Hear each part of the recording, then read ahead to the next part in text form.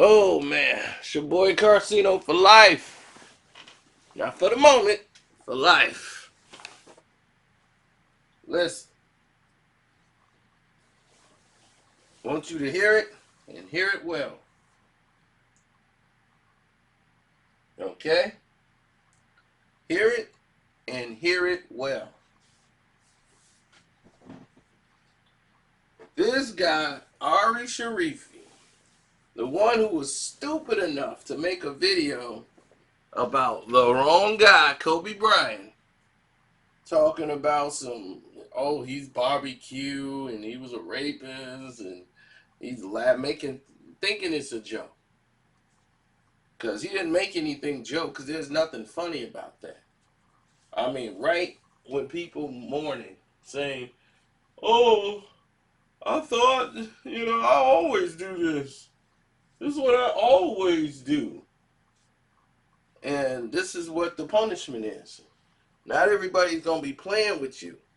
Not everybody, you're going to say that about the wrong person. And this is the wrong person. So now that everybody wanted his head, his eyes lit up. He was scared.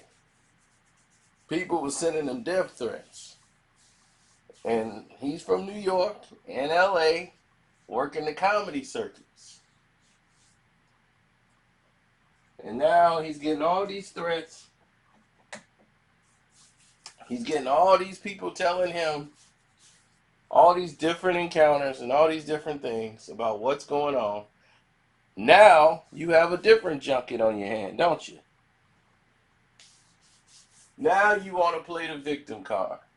My life, I'm receiving threats. People saying they know where I live. I can't even go do my shows and provide for my family.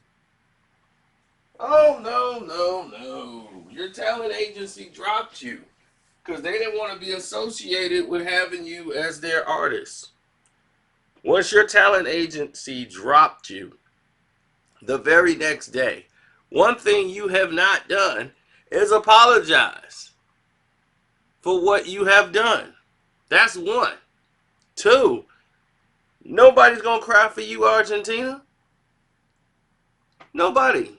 Not even your own people, the Jewish people, are standing by you on this. They thought what you did was egregious and highly inappropriate and not what they would call Jewish behavior. They like, we don't behave like this. This makes us look bad. To call yourself the Jewish comedian. We don't want you to say that. See, I told you, people don't want association to anything that makes them look bad. And once they were calling him that, I told you how people were going to respond.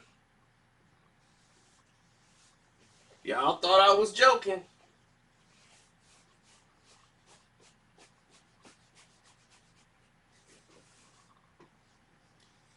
Now, I'm not advocating any violence on this man. But there's a lot of people that's hurt. And you wanted to do this for fame. See what fame gets you?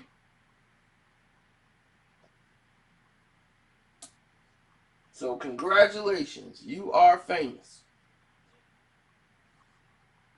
Now, you still want to be famous? You see what it brought you? Is this the kind of heat and attention you want? Well, you got it.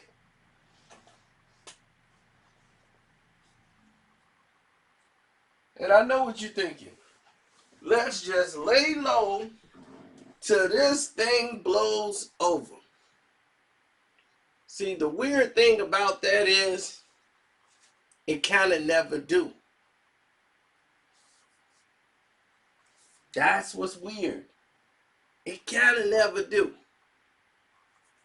And I'm going to translate that over for you. What I mean by that is this. it kind of never really blows over. Based on the fact that it kind of never really blows over. You see, you'll be chilling. Everybody else then moved on to other topics. Somebody out of the blue will point to you and say, that's the guy who made that joke about Kobe Bryant. And it all comes back just for that moment in time of realization, because that person is in front of you. He's seeing you. So now it becomes a different reality. It's not social media anymore. And you have a professional service that you provide as a comedian, which puts you on front stage with a big light.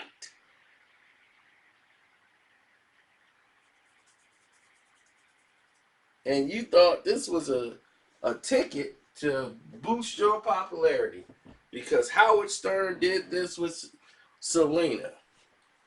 Well, it came at a price.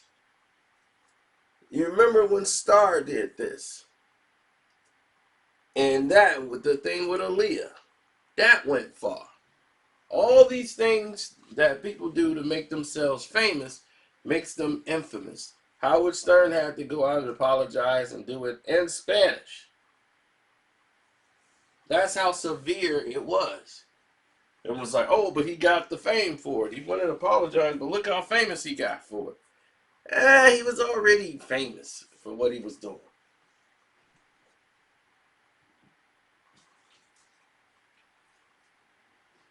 Listen to Howard now. Does he sound like he was back then? No. Because he know, like I know, those days are over. Everyone's so emotionally sensitive about everything. But definitely, you don't play with somebody like Kobe Bryant and play around like that, especially when they perished with their daughter. You know, that's raw emotion and raw feelings, dude. That makes somebody really want to fight you. And I mean, like immediately after, they family members got to read and hear about that on social media or see something like that somebody was that disrespectful to their family in their moment in time. If that was your family member and somebody was that disrespectful to your family, would you be like, well, I'm a comedian, it's funny? You might feel a certain way for somebody or anything that you've ever cared about. So do unto others as you would want them to do unto you. That's the way it goes.